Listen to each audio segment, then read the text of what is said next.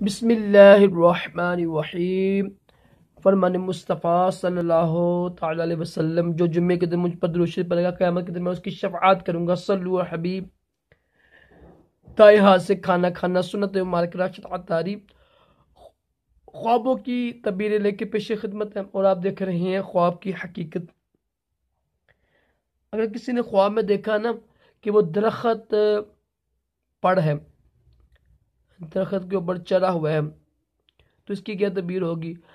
देखो, जो दरख्त है ना, दरख्त पर चढ़ा हुआ है तो वो इसकी तबीर ये होगी, जो उसको नुकसान नुकसान पहुंचना है ना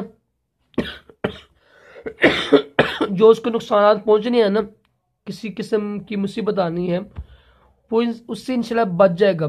ख्वाब में तो दरख्त देखना अच्छी तबीर है इसकी। ठीक है। सल्लु हबीब।